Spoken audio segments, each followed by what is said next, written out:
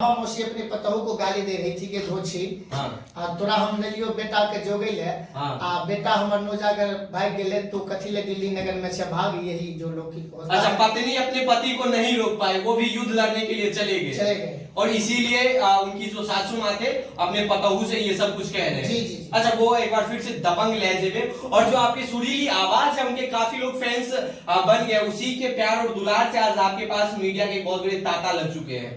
जी तो इसी में मामा मौसी उनको बोल रही थी एक धोचिया केहन वंश खानदान के गई बेटी छिकबे कैले गए धोचिया बेटा कह गई जो गईले तोरा नहीरा से लावलियो गे धोचिया बेटा हमर नुजागर गईला रैले गेलै गे धोची भागे भागे गई लड़ी गई नगर से भागियो गे धोचिया बेटे नहीं छे पुताओ कथी लसनता पर आखबै गे।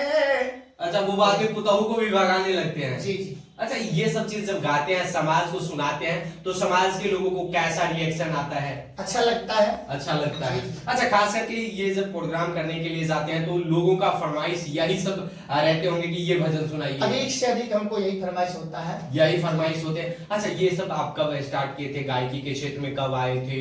ये इनके बारे में। हम 2003 से ही गायकी के क्षेत्र में हैं। 2003 से ही गायकी के क्षेत्र में। आप जैसे वायरल होने लगे तो अब फी भी बढ़ाने लगे होंगे या पहले की? ऐसा नहीं होता है। अच्छा तो जो पहले था वैसे ही था। अच्छा कितने फी लेते हैं एक जगह प्रोग्राम देने में? अभी ये फी का कोई लिमिट नहीं होता है क्योंकि कहीं दूर भी जाना पड़ता है, नजदीक भी रहना पड़ता है, तो दूर में थोड़ा ज्यादा खर्च पड़ता है और नजदीक में थोड़ा कम पड़ता है। अच्छा खास करके कारू बाबा हो गए, भुइया बाबा के लिए यही सब सुनाए जाते जब ढेर सारे प्रसंग हैं, ज्योति बाबा, अंधु बाबा, बेनी बाबा, उदय बाबा, हरिया, धर्मराज बाबा। अच्छा आप अपने गुरु किन को मानते हैं? कहाँ पे ये सब चीज सीखे थे? ये हमारे गांव में ही बूढ़े लोग सब थे जो हमारे गांव में एक दादा लगेंगे गंगा बाबू, तो वही ये पहले गाते थे और उन्हीं के साथ साथ हम भी गाते थे। अच्छा ये कोई अच्छे वाले एक प्रसंग गाकर सुना दीजिए जो और भी काफी लोगों को पसंद आए। ये मेरा 3 गो क्लिप अभी वायरल चल रहा है। कौन सा?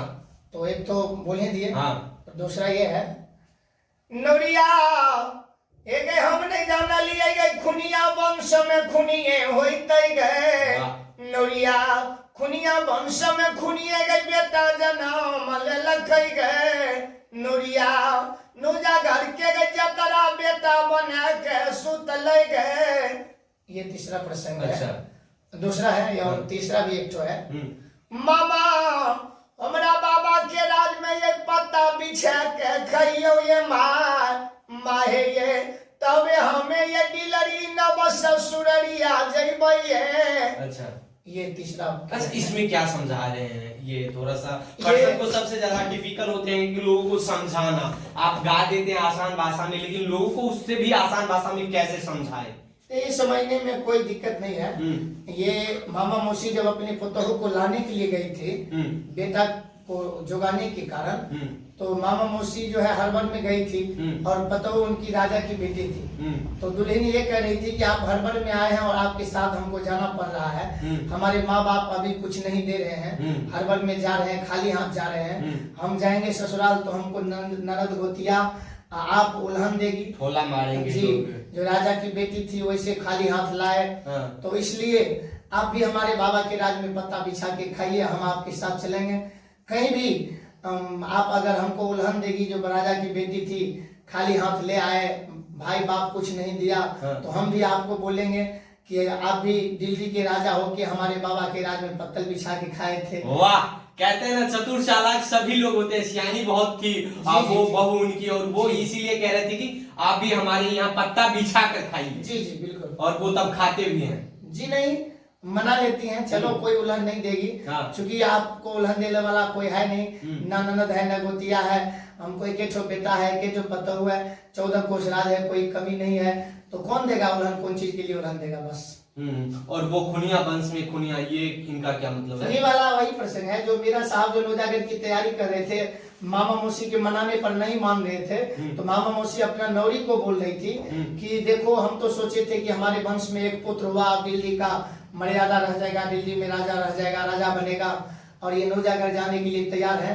तो इसी प्रसंग को मामा मौसी बोल रहे थे अपने नौरी से, जो खुनिया वंश में खुनिये बेटा जन्म ले लिया, वही पंथ वही रास्ता पर मेरा बेटा भी नौजागर की लड़ाई में जाने के लिए, जैसा बाप वैसा बेटा। जी जी ऐसा ही हुआ। बिल्कुल बिल्कुल। अच्छा देखिए, ये तमाम चीज आप लोग समझ गए होंगे। अब चलिए आगे चलते हैं।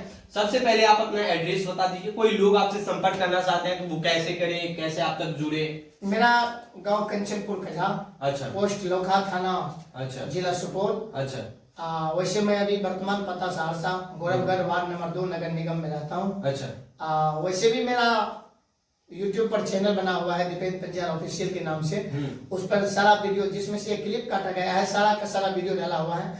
ज्यादा से ज्यादा देखने के लिए, अधिक प्रसंग को सुनने के लिए आप लोग हमारे चैनल दीपेंद्र पंचाल के नाम से सर्च करके उनको भी सब्सक्राइब कर लीजिए और लाइक कीजिए, कमेंट कीजिए। और सब वीडियो आप लोगों को चाहिए तो कमेंट बॉक्स में बताइए। और वैसे भी मैं आपके चैनल के माध्यम से बता दूं कि मेरा कॉन्टैक्ट नंबर 79 ये मेरा कॉन्टैक्ट नंबर है। इस नंबर पे आप लोग संपर्क कर सकते हैं। अच्छा, अभी कितने प्रसंग आप गा दिए हैं? किस किस के ऊपर गा दिए हैं? बहुत सारे प्रसंग गाए हुए हैं, बहुत सारे। बाबा कारू के ऊपर कोई एक हो जाए, ये भी लोगों, यादव परिवार काफी सपोर्ट करते हैं, बाबा कारू को काफी सुनना पसंद करते हैं। जी जी। हाँ।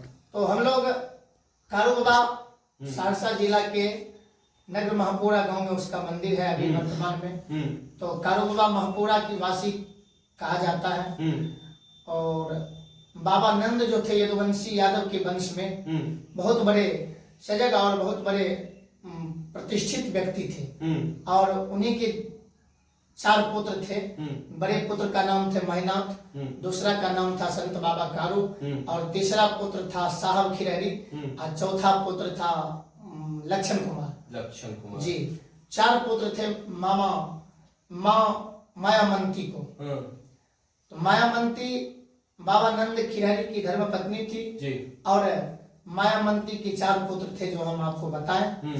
तो उसमें संत मत के बहुत बड़ा धर्मात्मा, बहुत बड़ा संत बाबा कारू थे, जिनका यह गुणगान गाया जाता है, जिनका यह चर्चा है, जिनको मिथिला में और कलयुग का भगवान माना जाता है।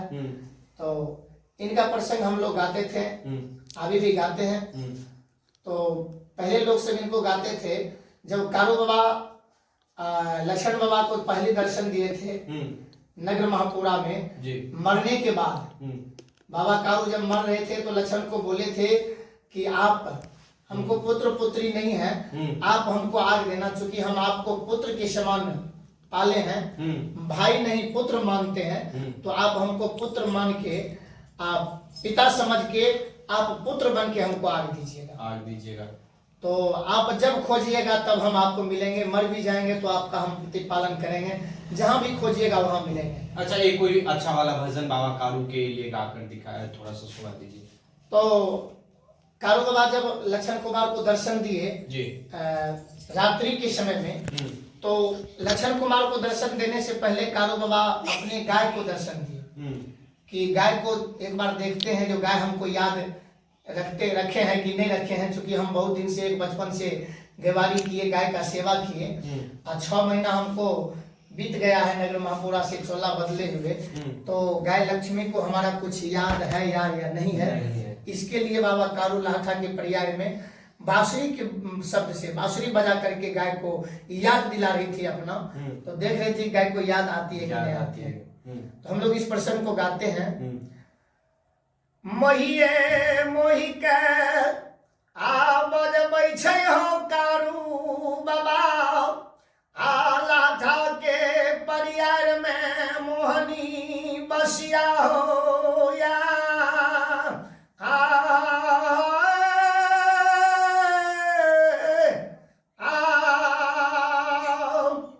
बसिया सबाद सुनै छै गई सहिजा धाना, मैया धिया मिल के मंगालैना हे गई शीला।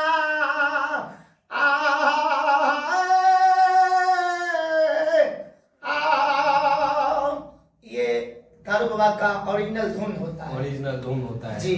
इसी शब्द में गाते थे पहले लोग, और अब तो हम लोग बहुत सारे धुन बना के गाते हैं अपने तरीके से। सही जो कारोबार का ओरिजिनल धुन है इसी तरह से गाया जाता है। कारू बाबा भी इसी तरीके से गाते जी जी जी गाते। हालांकि अब वायरल हो गए तो समाज को लोग कैसे देखते हैं, समाज में जाते होंगे तो लोग क्या कुछ कहते हैं? देखिए अच्छे तरह से लोगों का प्यार आशीर्वाद मिलता है और पहले से भी मिलता था, सभी लोग से अच्छी तरह से प्यार आशीर्वाद मिलता रहता है। हालांकि भोजपुरी चीजों को देखने में लोग अब धीरे धीरे इस चीजों को भूल भी रहे हैं, ये लुप्त भी होते जा रहे हैं कहीं ना कहीं। आप जैसे कलाकार, लोकप्रिय कलाकार जो समाज में इन चीजों को बढ़ावा दे रहे हैं, ला रहे हैं। देखिए भोजपुरी तो एक अलग चीज है, उसमें भी अब सरकार की नजर खुली है, अश्लीलता पर बैन किया गया है। धर्म ये चारों युग में है, सतयुग, त्रेता